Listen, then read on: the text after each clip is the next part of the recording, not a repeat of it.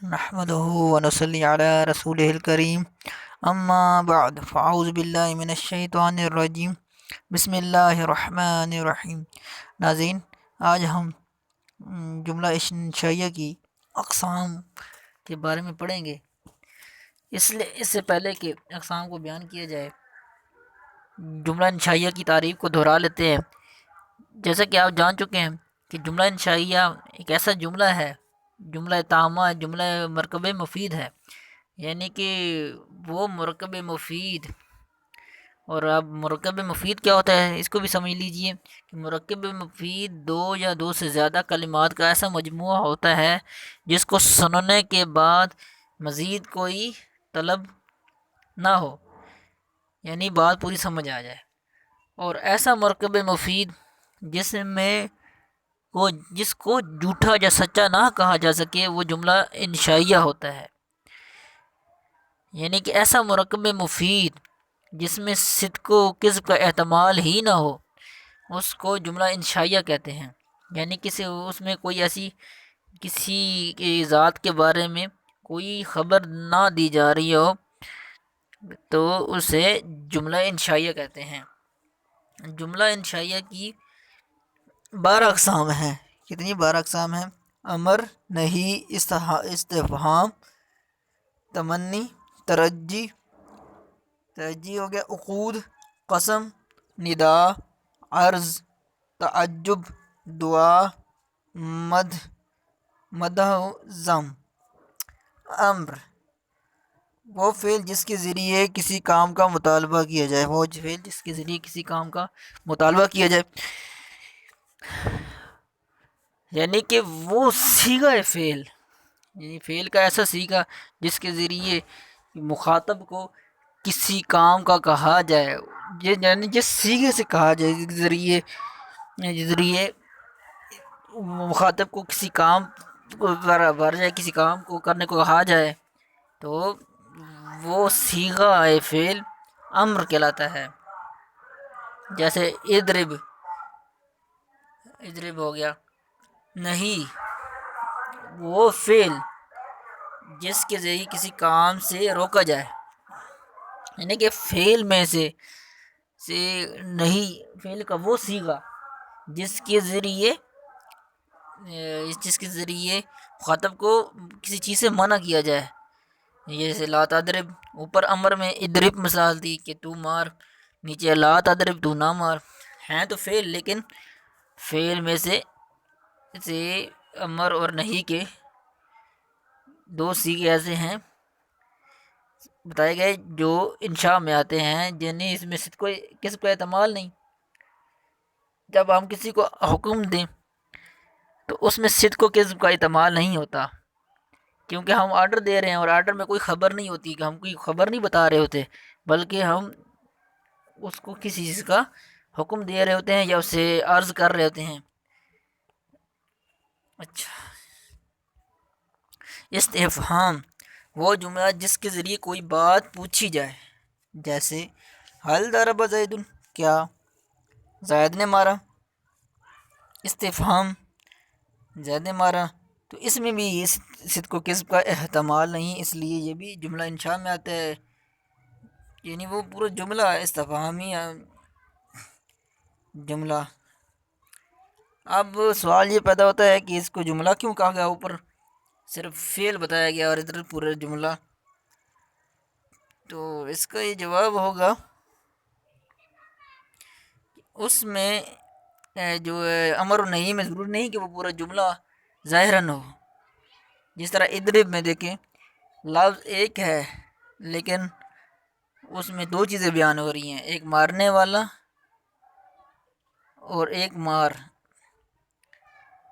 ٹھیک ہے۔ اور لا تضرب میں بھی دو، بظاہر ایک لفظ ہے، ایک صیغہ ہے، لیکن اس کے اندر بھی دو چیزیں بیان ہو رہی ہیں، لیکن یہ جملہ ظاہراً نہیں ہے، ظاہر یعنی کہ نظر آنے میں یہ جملہ مکمل نہیں لگتا، حالانکہ یہ جملہ معنوی طور پر مکمل ہے اور مرکب مفید میں آتا ہے۔ اور اس استفہام میں جملہ کیوں کہا؟ کیونکہ حل ضرب زیدن، یہ پورا جملہ ظاہری طور پر آپ کے سامنے موجود ہے، اس لیے اس کو جملہ کی کہا گیا۔ وہ جملہ جس کے ذریعے کوئی بات پوچھی جائے، حل ضرب زیدن، کیا زید نے مارا، تو یہ اس کو استفہام کہتے ہیں، اور یہ بھی جو ہے جملہ انشائیہ میں آتا ہے۔ تمنی، وہ جملہ جس کے ذریعے کسی آرزو کا اظہار کیا جائے، لیتا زیدن حاضر، کاش زید حاضر ہوتا، یعنی کہ اس کی امید نہ ہو، اس چیز کی ملنے کی امید نہ ہو، صرف تمنا ہو، تو اس کو تمنی کہیں گے۔ اس جملے جو جملہ تمنا پر دلالت ہو، تمنی کہیں گے۔ ترجی، وہ جملہ جس کے ذریعے کسی توقع کا اظہار کیا جائے، یعنی کہ کسی ایسی خواہش کا اظہار کیا جائے جو کہ ملنے کی جس کی امید ہو، اور جو جملہ اس جو امید کو پر دلالت کرے اس کو ترجی کہتے ہیں۔ لعل امرا غائب، اور یہ شاید عمر غائب ہوگا، یعنی کہ امید ہے کہ ہو سکتا ہے کہ غائب بھی ہو سکتا ہے نہ بھی ہو، لیکن امید تو ہے، ممکن ہے۔ اور یہ ترجی بھی جملہ انشائیہ کے اندر شامل ہے۔ عقود، وہ جملہ جس کے ذریعے کوئی سودا یا معاملہ طے کیا جائے،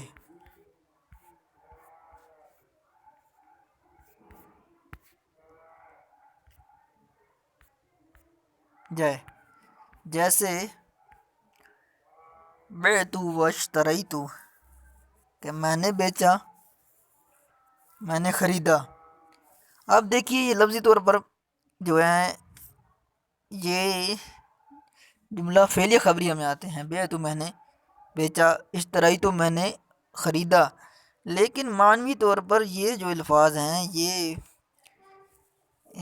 جو معنوی طور پر یہ دلالت کر رہے ہیں کہ میں بیچوں یہ چیز اور تم خریدو یہ چیز، اس کا معنی دیتے ہیں، ٹھیک ہے۔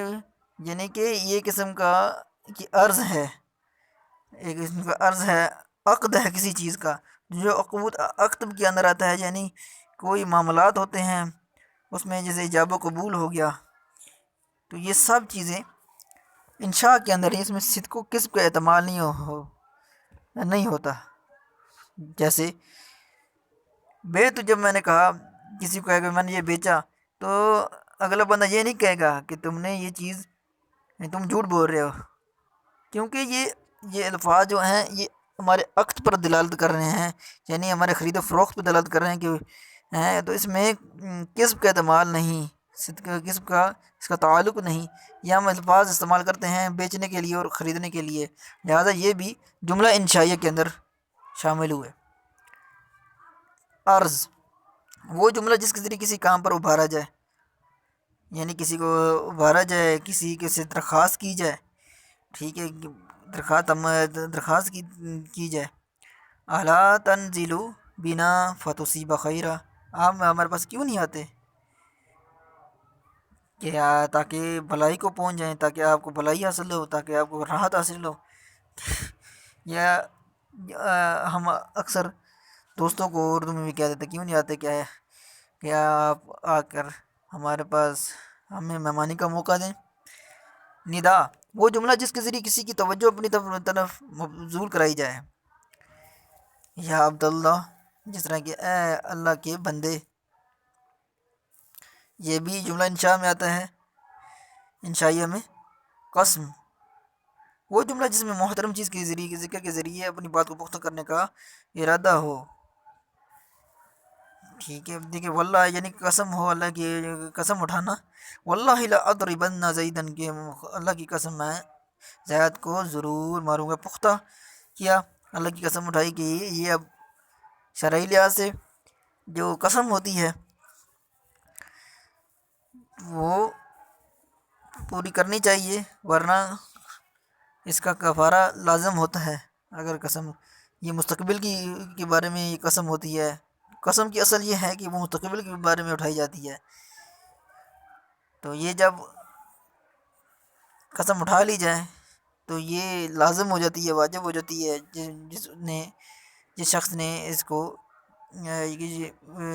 اس کا اقرار کیا ہو، قسم اٹھائی ہو۔ تعجب، وہ جملہ جس میں تعجب کا اظہار کیا جائے۔ ما احسنہ، وہ کیا ہی حسین ہے، یہ بھی انشاء میں آتا ہے۔ یہ جملہ خبریہ میں نہیں آتا، اس میں کوئی خبر نہیں دی جا رہی، بس انشاء میں آتا ہے۔ اس میں تعجب کا اظہار ہوتا ہے، معنوی طور پر تعجب کا اظہار ہوتا ہے۔ لفظی طور پر دیکھا جائے تو ایسا محسوس ہوتا ہے بعض جملوں کا کہ یہ خبریاں، لیکن معنوی طور پر تعجب کا اظہار ہے اصل میں، تو اس لیے اس کو تعجب کی وجہ سے جملہ انشائیہ کہا گیا۔ دعا، جزاک اللہ خیرہ، دعا بھی جملہ انشاء میں آتی ہے، جو انشائیہ میں آتی ہے، جزاک اللہ خیرہ، آپ کو اللہ تعالیٰ جزا دے۔ ٹھیک ہے، یہ دعا دینا بھی کسی کو، اس میں کوئی کسب کا احتمال نہیں۔ مدح و ذم، وہ جملہ جس میں کسی تعریف یا برائی کی بیان کی گئی ہے۔ اب کسی کی برائی بیان کرنی ہے تو جو جملے استعمال کیے جاتے ہیں وہ اکثر نعم الصبی بکرن، یہ بکر اچھا بچہ ہے، کسی تعریف بیان کرنی ہے۔ بیسر الرجل زید، زید برا آدمی ہے، کیا ہی برا آدمی ہے، یا کیا اس کا مطلب یہ بنتا ہے۔ تو مدح ذم بھی جملہ انشائیہ میں آتی ہے، اور غرض اور